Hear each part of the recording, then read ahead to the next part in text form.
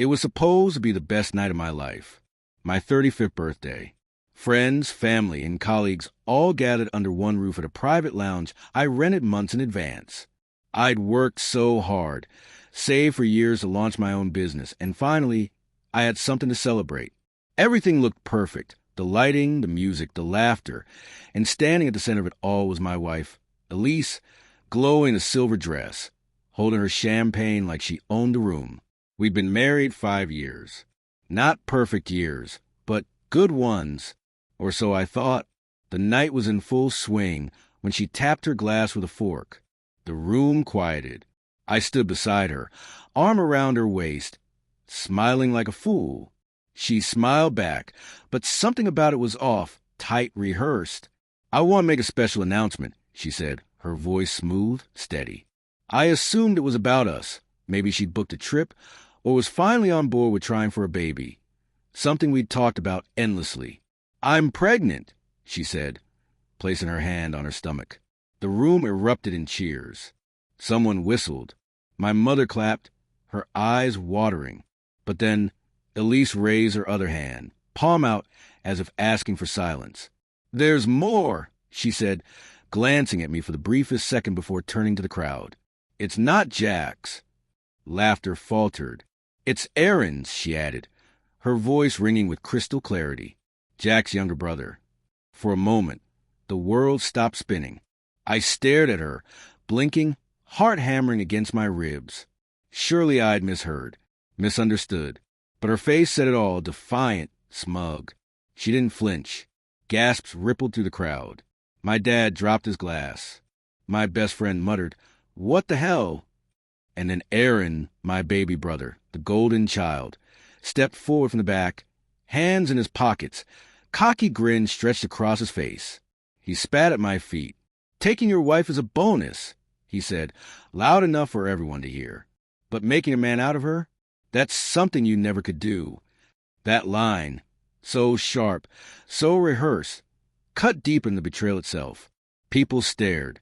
Some whispered. Others just looked away, unable to face the wreckage unraveling in real time. I didn't say a word. Didn't cry. Didn't lash out. I just walked out the door. For weeks, I disappeared. I stayed in a motel, turned off my phone, ignored the avalanche of messages.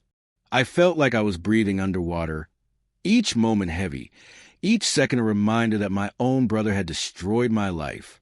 And Elise had orchestrated it all like some twisted performance, using my birthday as a stage. But pain has a way of sharpening focus. And while they believed I'd be broken forever, I was quietly gathering strength. I started with silence. That made them nervous. Elise sent emails, first offensive, then apologetic, then accusatory. Aaron didn't bother reaching out at all. My family begged me to talk. I didn't. I just watched. I gathered information. I found out they'd been together for over a year, that she'd stayed with me for financial security while building a secret life with my brother, that my business, my money, had helped fund their stolen moments. I hired a lawyer, one that specialized in betrayal-based divorces. She was cold, clinical, brilliant. Within a week, Elise was served. I let the papers speak for me. No calls, no confrontation. But I wasn't done. I bought out the lease to their new apartment through a shell company, then legally evicted them for renovation. When Aaron tried to show off a new job opportunity on social media, I made one call to a friend in the industry who owned the firm. That job offer? Gone. Not out of spite, but because I couldn't stomach the idea of him benefiting from the reputation I'd spent a decade building. Then came the final blow. I hosted a private event, another party. This time, I invited the same people for my birthday and more. I stood on the same stage, this time alone, confident. I told my story, not with rage, but with clarity. I showed evidence. Emails, bank transfers, messages between Elise and Aaron. I didn't embellish. I didn't exaggerate. I let the truth do the damage. When it was over, there was silence. And then came the applause, but not for revenge, for survival. Elise and Aaron tried to spin the narrative, claimed I was bitter, claimed they were in love. But no one bought it. Their circle shrunk. My circle grew stronger. I moved out of the city, started over in a quiet town where no one knew my name. My business, rebuilt under a new brand, thrived. I met new people, real ones, people who didn't smile with knives behind their backs. Sometimes I still think about that night, the silence before the storm, the sting of betrayal. But I don't regret it, because it taught me something Elise and Aaron never understood. Loyalty isn't loud, but neither is strength.